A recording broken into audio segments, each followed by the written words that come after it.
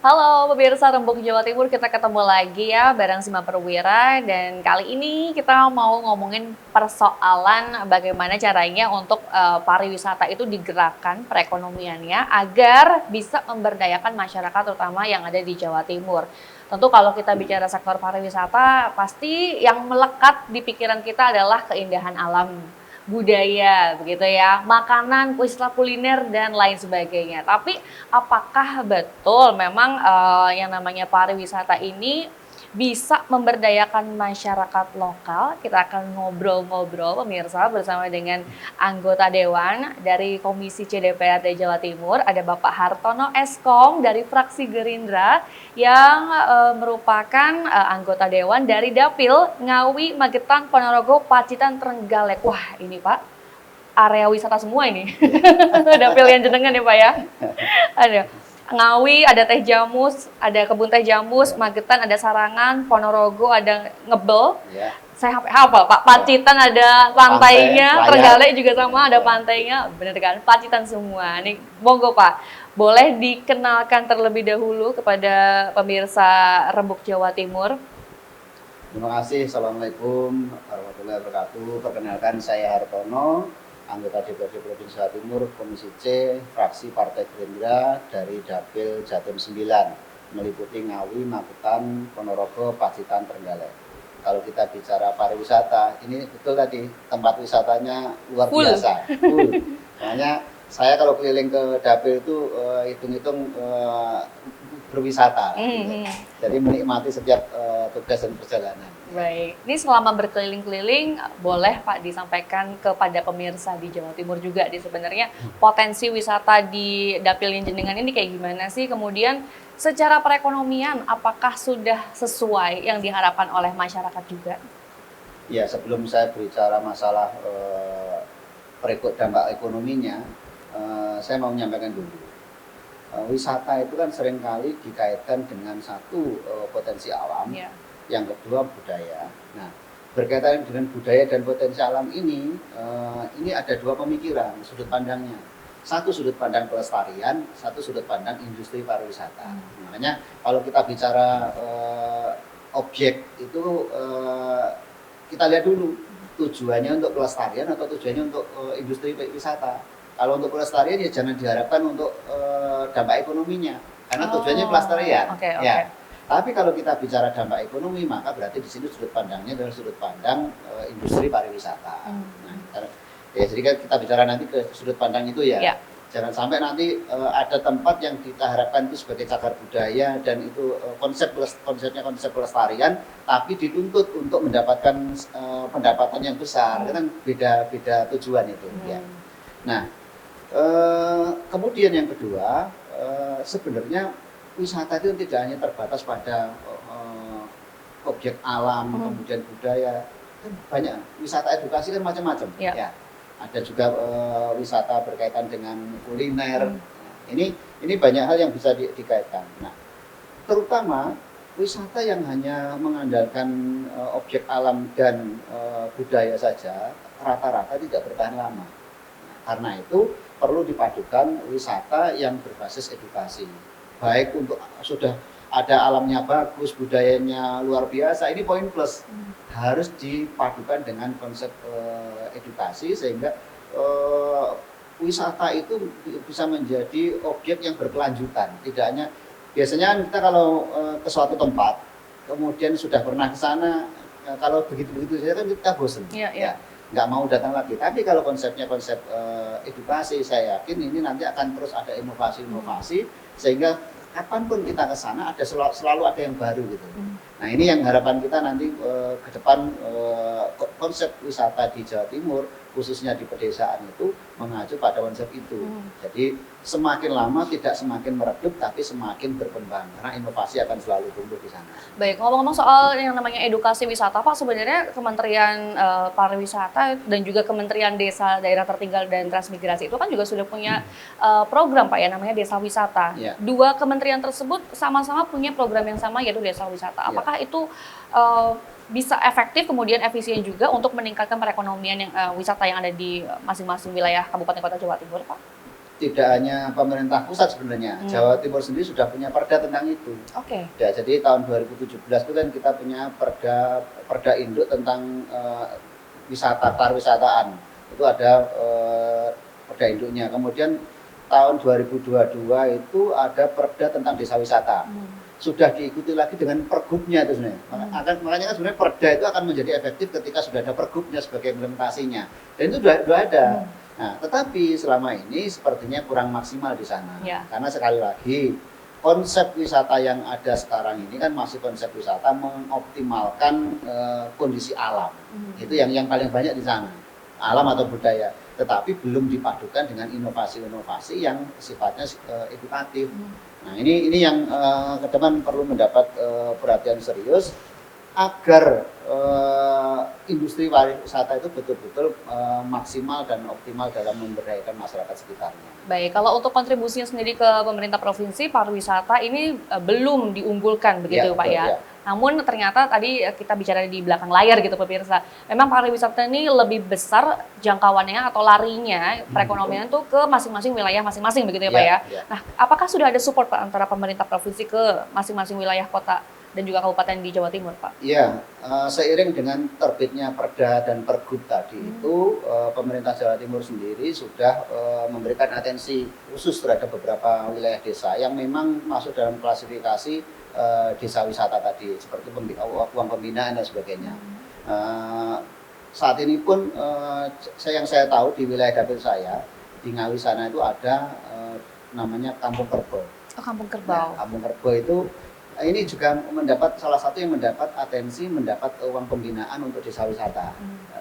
Entah sifatnya itu perintis atau pembinaan itu saya kurang tahu ya. Yang jelas sepertinya tahun ini ada alokasi anggaran untuk pembinaan Kampung Kerbau itu. Nah, hal semacam ini kalau nanti tadi saya kaitkan dengan pernyataan saya yang di depan tadi, kalau hanya sekedar dikasih bentuk bantuan nanti dipakai membangun sesuatu kemudian selesai, maka dampaknya tidak akan maksimal. Ini perlu dilanjutkan lagi dengan konsep yang lanjutan. Misalkan saya punya gagasan ini, kalau itu bisa dipadukan dengan konsep edukasi, bisa melibatkan nanti anak-anak sekolah dan sebagainya, ini bisa maksimal benar. Ketika ada banyak orang berkunjung, misalkan anak sekolah, kalau misalkan dikerjasamakan dengan dinas pendidikan, dinas Kemenak ya, itu nanti bisa dibuat berkala pelajar untuk berkunjung ke sana. Dan di sana mestinya dibuat terkonsep seperti kurikulum itu ya. Nanti kalau yang berkunjung anak-anak usia TK nanti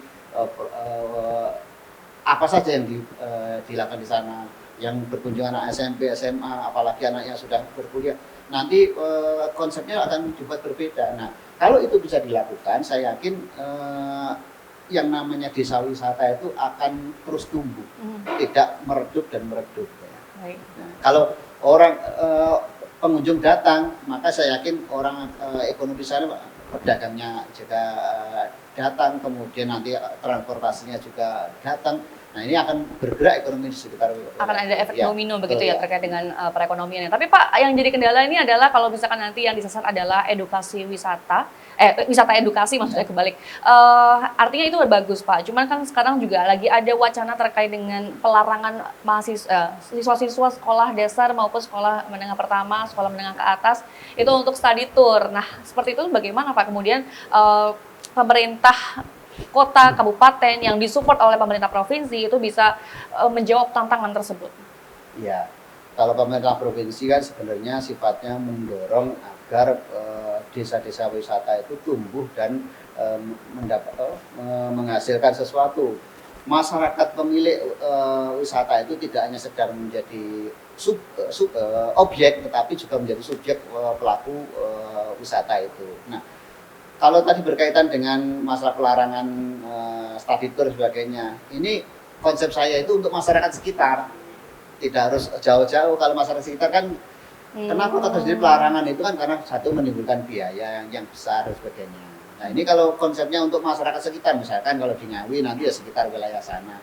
Karena di Ngawi kan banyak objek-objek yang luar biasa. Ada satu tadi saya sambung Kampung Kerbau Solonya, kemudian ada juga Benteng Pendem. Kemudian ada juga rumahnya Dr. Rajiman Wedidiningrat, ada Museum Trinil. Ini tempat-tempat yang mungkin bahkan sebagian orang Ngawi tidak tahu tempat-tempat ini. Yeah. Nah, kalau ini tempat ini di konsep dengan baik, diintegrasikan sebagai sebuah konsep edukasi, saya yakin ini akan hidup ini. Masyarakatnya mendapatkan sesuatu, objeknya juga akan terawat. Iya, jadi biar masyarakat di Jawa Timur, terutama yang berkunjung ke Ngawi ataupun ke Dapil Jenengan itu tidak hanya mengetahui pariwisata yang tadi saya sebutkan di awal ya. Kalau Ngawi taunya cuma teh jamus gitu ya. Ternyata ada banyak sekali elemen-elemen pariwisata lain yang bisa dikunjungi dan bisa diintegrasikan melalui paket-paket tadi Pak ya. Misalkan paket kunjungan A gitu ke jamus, terus gitu ke arah pariwisata sekitarnya dan lain sebagainya. Baiklah kalau begitu.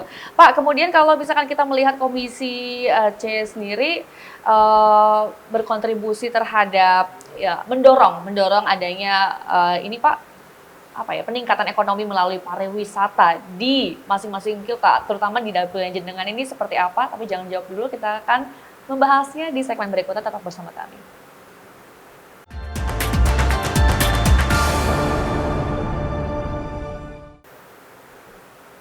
Di segmen kali ini pemirsa kita akan mengetahui bagaimana sebenarnya Komisi C DPRD Jawa Timur ini bisa mendorong begitu perekonomian yang ada di wilayah Kabupaten Kota Jawa Timur melalui sektor pariwisatanya. Pak Hartono, apakah sudah selama ini apa ya istilahnya program-program kemudian juga support-support yang dilakukan oleh pemerintah Provinsi Jawa Timur itu mendukung kemudian ada hasilnya Pak?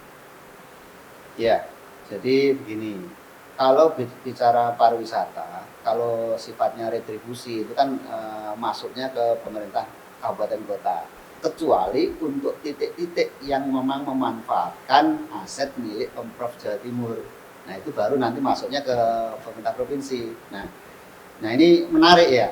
Tadi bicara wisata, bicara asetnya. Asetnya pemerintah Jawa Timur itu luar biasa banyaknya, sangat banyak dan masih banyak yang belum termanfaatkan. Nah, kalau bicara pariwisata, sebenarnya kan tidak hanya sekedar bicara masalah alam dan budaya saja, tetapi sebenarnya wisata itu kan bisa dikonsep di tempat yang tidak ada, yang misalkan alamnya tidak sebegitu bagus pun sebenarnya bisa dikonsep menjadi sebuah tempat wisata. Kalau ini dirancang dengan baik. Nah, karena itu kita berharap juga Komisi C kita fokusnya kan ada 3 hal. Yang pertama BUMD, yang kedua BLUD, yang ketiga ini BMD barang milik daerah, aset pemerintah. Nah, bicara aset ini kan yang sebegitu banyaknya, itu selama ini banyak yang belum termanfaatkan. Betul. Nah, ini kita mendorong pemerintah Provinsi Jawa Timur. Kalau bisa dimanfaatkan sendiri ya dimanfaatkan. Kalau bisa disewakan ya disewakan. Jangan dibiarkan untuk tidak ada action sama sekali. Selama ini belum Pak? Selama ini masih cukup banyak yang belum termanfaatkan. Karena aset itu kan kalau didiamkan kan bukan bukan bekerja untuk kita. Jadi kan harusnya aset bekerja untuk pemiliknya. Kita kebalik. Kita bekerja untuk aset. Karena apa? Aset itu ada pajaknya, ada maintenance, ada pajaknya juga. Ya. Jadi karena itu kita mendorong agar aset-aset yang dimiliki Pemprov Jawa Timur itu bisa diberdayakan. Salah satunya menggunakan konsep wisata ini tadi. Wisata apapun lah. Bisa nanti mungkin tempat kuliner, tempat edukasi, syukur-syukur dari tempat yang untuk wisata alam dan budaya tadi. Jawa Timur juga punya Puspa Agro sebenarnya Pak ya. Itu awalnya jadi wisata edukasi juga bagi masyarakat, apalagi anak-anak SD. Nah itu sekarang kabarnya seperti apa Pak? Ya ini salah satu anak usaha dari BUMD Jawa Timur yang hidup segan mati tak mau. Ini salah satu yang menjabat atensi kami dari Komisi C. Ya, Komisi C ini kan Puspa Agro ini kan sebenarnya kan potensinya luar biasa. Tetapi saat ini kondisinya seperti tadi saya sampaikan, hidup segan mati tak mau. Bisnis ya nggak jalan. Poin yang lainnya juga tidak dilakukan. Artinya bangunannya sendiri itu sudah terbengkalai, mangkrak? Kalau mangkraknya enggak, tapi kan pemanfaatannya yang kurang. Oh, tapi masih beroperasi Pak? Masih beroperasi. Baik lagi kita bicara masalah perekonomian yang bisa memberdayakan masyarakat melalui sektor ekonomi gitu, terutama di wilayah kabupaten kota di Jawa Timur nih. Apakah kemudian komisinya juga berusaha untuk mensinergikan antara UMKM begitu dengan sektor wisata begitu Pak agar bisa tergali lagi gitu. Bicara wisata itu kan sebenarnya kompleks masalahnya. Jadi yang pertama yang dilakukan itu tidak hanya menyiapkan objek, tetapi masyarakat sekitar juga harus disiapkan. SDM pelaku wisata juga harus disiapkan. Karena kalau SDM di sana tidak disiapkan, maka kejadian-kejadian seperti di medsos itu ya katanya datang di suatu tempat dipalak parkirnya. Nah, akhirnya potensi yang sebenarnya besar rusak gara-gara SDM-nya yang tidak terlatih menjadi SDM wisata yang baik tadi. Baik, retribusi yang seharusnya masuk kota tapi malah masuk kantong pribadi, oknum. Saya bilang pribadi ya, benar, oknum gitu. Oke, berarti itu yang harus menjadi sorotan juga gitu ya Pak bagi kita bersama gitu. Kemudian ada lagi bicara masalah tadi saya sempat menyinggung kalau kita hanya bicara satu titik objek saja, misalkan di Magetan ada sarangan. Kalau kita hanya bicara sarangan saja, tentunya menjadi kurang menarik untuk menjadi paket wisata. Kalau penyelenggara wisata itu kan kalau hanya satu tujuan kan tidak menarik itu. Harus dipaket di sana dengan dikolaborasikan dengan objek yang lainnya. Entah nanti itu kalau berkunjung ke sana nanti ada jadwal misalkan, nanti makannya di sini, nanti menginapnya di mana, kemudian nanti cara di sana nanti dipandu seperti apa. Objek lainnya misalkan di sana kan masih ada lagi Cemoro Sewu, ada alur sana ada Grojogan Sewu, ya Tawangmangu ya. Kemudian ada Candi Ceto, itu satu rangkaian. Kalau itu dibuat satu rangkaian, saya yakin orang akan lebih tertarik untuk datang ke sana. Sama lagi Ngawi, ada Benteng Benteng, ada Museum Trinil, ada Kampung Kerbo tadi. Nah, ini kalau dirangkai menjadi satu kesatuan, orang akan lebih tertarik datang. Tapi kalau hanya datang untuk ke Trinil saja, kemudian di sana ya cuma melihat patungnya itu, maka nggak ada yang menarik-nariknya. Yang terakhir, wisata itu kan kalau kita bicara budaya atau sejarah itu kan yang nilainya kan bukan pada barangnya, tetapi pada riwayatnya ini. Nah, ini konsep museum kita itu kalau selama ini kan gini, menyimpan barang kuno dan barang yang sudah berdebu kayak gitu. Akhirnya orang melihat itu nggak menarik, apanya yang menarik di situ. Sejarah itu yang menarik pada ceritanya kan itu ya. Makanya di sana mestinya konsep museum itu harus museum digital. Barangnya ada alhamdulillah, tapi setidaknya ceritanya yang lebih penting. Misalkan di sana nanti dipasang digital touchscreen gitu misalkan menceritakan di sini ada manusia di tengah Tropus erectus. Ketika disentuh cerita dia, siapa dia. Nah, itu kan orang akan lebih anak-anak kita lebih tahu tentang itu. Dan ramah penyandang disabilitas. Betul. Ya Pak. Nah, sekarang yang terjadi apa? Datang ke sana cuma lihat-lihat gambar itu ada patung itu, nggak tahu ceritanya. Nggak ada tour guide-nya juga. Nggak ada tour guide-nya juga. Nah, ini konsep wisata kita itu harus betul-betul di breakdown, ditata ulang. Tidak hanya sekedar menjual objek, tapi menjual intisari daripada wisata itu yang belum tergali selama ini. Banyak sekali yang perlu dibenahi berarti Pak ya, terkait dengan paket program, kemudian juga terkait dengan inovasi-inovasi wisata edukasi yang selama ini masih kurang begitu diperhatikan, karena lebih banyak mengutamakan atau mengunggulkan yang namanya wisata alam dan juga wisata budaya begitu ya. Ini yang juga menjadi perhatian dari Komisi C, karena memang ketika perekonomian yang ada di sektor wisata di wilayah tersebut ini maju, otomatis juga UMKM sekitarnya juga akan maju, akan tumbuh. Ini juga akan berpengaruh terhadap BUMD lagi ya Pak ya. BUMD yang menjadi tupoksinya jenengan atau ranahnya jenengan ini. Baiklah kalau begitu. Terkait dengan ini Pak, banyak desa wisata ini masih menjadi menghadapi kendala infrastruktur dasar nih. Ini seperti apa seharusnya pemerintah kota dan juga kabupaten ini bisa memperhatikan hal ini, karena kalau misalkan aksesnya nggak baik, nggak bagus, wisatawan juga enggan ke sana karena terlalu susah mungkin, terlalu berkelok-kelok, terlalu berliku, bergeronjal dan lain sebagainya Pak. Iya, tadi saya di awal juga sudah menyinggung kita bicara wisata kan tidak hanya sekedar objeknya itu saja, tapi sarana pendukung. Ada hotel, ada tempat makan, kemudian juga yang tidak kalah pentingnya adalah infrastruktur. Saya tuh sering ke Malang Selatan. Malang Selatan tuh lautnya, pantainya bagus-bagus, tapi menuju ke sana ini setengah mati. Ya. Nah ini kalau tidak menjadi perhatian serius dari pemerintah, maka ini hanya akan sesaat aja. Orang ke sana sekali karena dengar ceritanya bagus, tapi begitu lihat jalannya mau balik lagi udah males itu ya. Iya, betul, betul. Nah ini PR besar bagi masyarakat, pemerintah kita ya. Infrastruktur khususnya yang menuju tempat-tempat wisata ini harus mendapat prioritas. Karena kalau hanya sekedar nanti akan dibangun, kita membangun jalan setiap tahun itu alokasinya selalu besar, tapi memang nggak akan cukup anggaran kita untuk menyelesaikan itu dalam waktu singkat. Karena itu perlu diatur prioritas pembangunan infrastruktur itu mana-mana yang kira-kira bisa meningkatkan potensi ekonomi bagi masyarakat. Salah satunya tadi masalah desa wisata. Kalau ada desa wisata yang kira-kira mau diunggulkan di sana, ya ayo infrastrukturnya dibangun, tidak hanya jalannya, Mbak, tapi juga nanti sarana untuk tempat makannya, tempat toiletnya, ini penting juga ini ya. Kemudian tempat menginapnya, transportasinya, jangan-jangan nanti jalannya dibangun tapi ojek aja nggak ada di sana. Betul. Tidak semua orang datang itu dengan kendaraan sendiri. Ya, kalau itu bisa dijangkau dengan kendaraan umum, ada paket-paket wisata dijelaskan di sana, itu saya yakin akan lebih menarik. Promosi harus ditingkatkan juga. Nah, ini PR-nya banyak sekali sebenarnya di dunia wisata ini. Satu objeknya, kedua infrastrukturnya, ketiga sarana pendukung, yang keempat juga SDM-nya.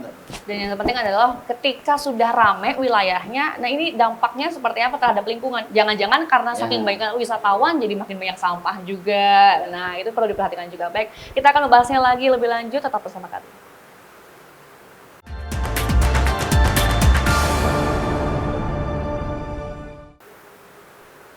Kalau infrastrukturnya sudah jalan, sudah bagus, tentu saja para wisatawan akan ketagihan gitu ya untuk balik lagi sebagaimana yang sudah disampaikan. Tapi nggak cuman melihat infrastruktur aja, inovasinya apa nih? Jangan-jangan cuman keindahan alam aja yang disampaikan. Tapi ternyata tidak ada value lain sehingga tidak membuat orang lain untuk kembali lagi ke sana. Sekali cukup gitu ya Pak ya. Harapannya kan biar orang tuh ketagihan gitu Pak kalau berwisata. Sering-sering datang lah. Sering-sering datang. Karena memang anak muda zaman sekarang juga sering stres Pak menghadapi pekerjaan. Jadi butuh healing gitu kan. Nah di Jawa Timur ini banyak banget. Apalagi di dapilnya Pak Hartono ini kan potensi pariwisata alamnya itu juga luar biasa. Istimewa. Banyak sekali, melimpah ruah lah ya Pak ya.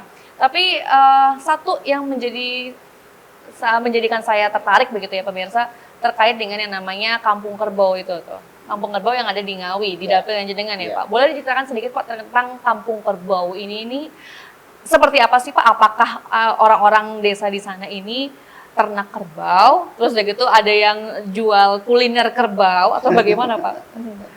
Iya. Ini Kampung Kerbau ini adalah salah satu kampung yang masih otentik ya, masih memegang tradisi masyarakat dahulu. Kerbau itu sekarang nyarinya kan susah sekarang kerbau. Di Jawa itu sudah susah. Nah, di Ngawi pun sekarang juga sangat sedikit yang kampung yang memelihara kerbau. Kalau anak seusia saya dari Ngawi seusia saya itu pasti masih akrab lah dengan dunia kerbau, itu masih akrab bukan kecilnya dulu. Tapi untuk anak-anak seusia anak saya, adik kelas saya, udah tidak tahu lagi kerbau itu seperti apa. Karena kerbau itu berbeda dengan sapi dan kambing. Karena kerbau itu kalau pagi harus dimandikan, sore dimandikan lagi. Kemudian memberi makannya seperti apa. Dan mandikannya kan tidak di tempat, tapi di suatu tempat namanya pelegungan ya. Atau lumpur ini Pak? Bukan. Itu kalau lumpur itu tempat berendam aja dia, cuma ini ya mendinginkan tubuhnya aja. Tapi dia pagi mandi dulu, mandi di pelegungan di sungai biasanya. Nah terus macam-macam. Jadi urusan detail kerbau itu kan macam-macam, termasuk nanti cara pemeliharaannya bagaimana. Penggunaannya kalau masyarakat sebelum ada traktor kan dipakai untuk membajak sawah dan sebagainya. Nah ini salah satu saja sebenarnya Kampung Kerbau itu. Tahun ini sepertinya Kampung Kerbau di Ngawi itu juga menjadi salah satu desa tematik yang menjadi atensi dari pemerintah Provinsi Jawa Timur. Biasanya kalau desa tematik itu nanti dapat bantuan biaya bantuan dana pemeliharaan. Nah itu Kampung Kerbau ya. Tapi secara utuh sebenarnya objek wisata di wilayah saya itu banyak sekali. Di Ngawi tadi saya sebutkan mulai dari Museum Trinil, alam tadi kebun teh Jamus, kemudian di Magetan ada Telaga Sarangan, Ponorogo ada Telaga Ngebel, di Pacitan ada Pantai Pelayar, di Trenggalek ada Pantai Perigi dan seterusnya. Banyak sekali objek yang bisa kita gali. Nah, tapi di balik semua itu masih banyak tantangan yang harus disiapkan oleh pemerintah, baik kabupaten maupun provinsi Jawa Timur. Utamanya sebenarnya pemerintah kabupaten kota, karena ini bersentuhan langsung dengan kebijakan lokal. Ya, kita kan sebenarnya menginginkan ini pariwisata yang berkelas dunia, tapi tetap berpijak pada kearifan lokal. Ini yang kita harapkan di sana. Kita lah, kita mengejar industri pariwisata, tapi jangan sampai aspek-aspek seperti edukasi tentang budaya, itu kemudian pemeliharaan atau tadi itu tetap terjaga. Baik. Jadi kita jangan sampai tergerak untuk memaksimalkan industrialisasi wisatanya, tapi merusak alam yang ada di sekitar kita. Baik. Dan itu yang kita harapkan. Tapi pertanyaannya, apakah sudah siap Pak anggaran dari kabupaten dan juga kota di Jawa Timur terkait dengan inovasi ataupun adanya wisata edukasi dan juga peningkatan pariwisata yang lainnya, Pak? Kalau dibilang cukup, ya pasti belum cukup. Tapi selalu ada bantuan untuk wisata ada. Karena itu sebenarnya kalau dikonsep dengan menarik, kemudian bisa menjadi konsep industri yang besar, di sini investor bisa masuk kan gitu. Sekarang investor mau masuk ke sektor itu pasti susah, enggak mau karena balik modalnya lama itu pasti gitu ya. Lain lagi kalau kita bicara sudah seperti di Bali, itu kan sudah menjadi industri ya. Orang investasi di sana enak aja, karena dia sudah melihat prospek ekonominya seperti apa. Tapi kalau kita membangkitkan dari nol seperti ini, kalau kita langsung mengharapkan investor masuk ke sana pasti berat. Karena itu ya peran pemerintah di sini untuk mendorong agar wisata lokal ini bisa maju dan tumbuh sehingga suatu saat bisa dilirik investor untuk masuk ke sana. Sebenarnya kan Provinsi Jawa Timur juga sudah punya yang namanya kategori desa wisata mandiri dan juga desa wisata tematik ya. Kalau Kampung Kerbau tadi masuknya ke tematik begitu. Nah, apakah konsep desa wisata mandiri dan juga tematik ini belum diketahui oleh desa-desa yang ada di Jawa Timur, Pak? Harusnya sudah. Kan perdanya sudah lama. Betul. Perda tentang desa wisata itu sejak tahun 2022 kalau nggak salah. Nah, kemudian kenapa yang diketahui oleh masyarakat luas itu adalah wisata yang itu lagi. Berarti apa yang menjadi kendala nih Pak sebenarnya? Iya, perda itu kan hanya aturan atau ibaratnya kan pagarnya ya. Tapi kan harus diikuti aturan pelaksanaan lanjutannya. Ya, kalau di Jawa Timur ada pergubnya, mungkin kalau di pemerintah kabupaten juga ada perbuknya kan itu. Betul. Itu yang tentunya akan disosialisasikan kepada masyarakat di bawah. Itu yang penting untuk dikawal lebih lanjut ya. Baik, berarti bentuk dukungan Provinsi Jawa Timur terhadap pariwisata lokal kabupaten dan juga kota ini mengacu pada dukungan anggaran dan juga program. Dan apalagi Pak, ada juga nih program East Java Super Corridor dan juga desa wisata. Ini dapilan jenengan ya, Pacitan Trenggalek. Ini juga masuk sebagai salah satu program integrasi pengembangan kawasan pariwisata unggulan nih Pak. Ya, kalau dibilang tadi ya, objek wisata di wilayah kita kan banyak sekali. Betul. Memang kalau kita bicara Pacitan, salah satunya kan objek yang sangat kuat di sana kan wisata pantai ya.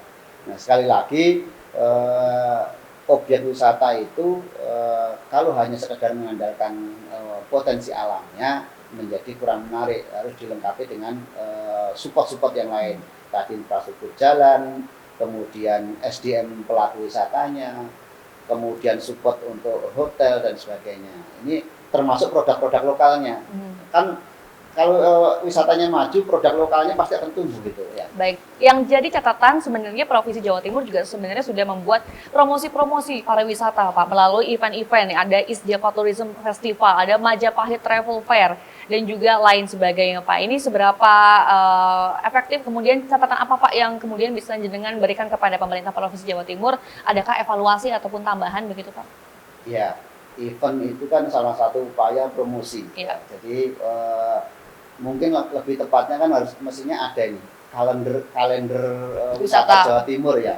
Oh, bulan Januari mungkin di kabupaten mana, bulan Februari di mana. Kalau itu ada ditata sebaiknya dan disosialisasikan kepada masyarakat, masyarakat pun punya angan-angan. Oh, kira-kira nanti Pak liburan kapan ini saya mau kemana. Nah, karena kan kalau orang luar itu kan biasanya wisata itu kan tidak dadakan, tapi direncanakan kan ya. Kalau kita punya kalender wisata itu, mungkin kita bisa membudayakan itu. Baik. Jadi nanti saat liburan sudah jelas kita mau kemana, persiapannya kita butuh dana berapa dan sebagainya. Baik, berarti memang menggerakkan pariwisata dan juga agar bisa meningkatkan perekonomian dan juga memberdayakan masyarakat Jawa Timur ini banyak banget pemirsa PR yang perlu dihadapi oleh pemerintah Provinsi Jawa Timur ya selaku eksekutor atas program-program. Kalau Komisi C DPRD kan tugasnya adalah sebagai ini ya menganggarkan dan juga mengawasi begitu ya program-program pemerintah provinsi. Promosi event ini sudah cukup bagus kata Pak Hartono, tapi perlu dilanjutkan lagi, perlu dikembangkan lagi supaya lebih menyeluruh dan lebih meluas lagi, supaya masyarakat di Jawa Timur ini punya tujuan ketika waktu-waktu tertentu akan berkunjung ke daerah wisata mana begitu. Tapi yang tidak kalah penting adalah mengintegrasikan wisata satu dengan wisata yang lainnya pemirsa, supaya yang jadi jujukan oleh para wisatawan baik lokal maupun mancanegara enggak cuman itu lagi. Tentunya ini perlu upaya bersama ya Pak ya, dan semoga apa yang kita upayakan melalui podcast Rembuk Jawa Timur ini bisa nantinya didengarkan oleh masyarakat luas terutama pemerintah Provinsi Jawa Timur. Saya Sina Perwira pamit beserta Pak Hartono pamit, sampai jumpa.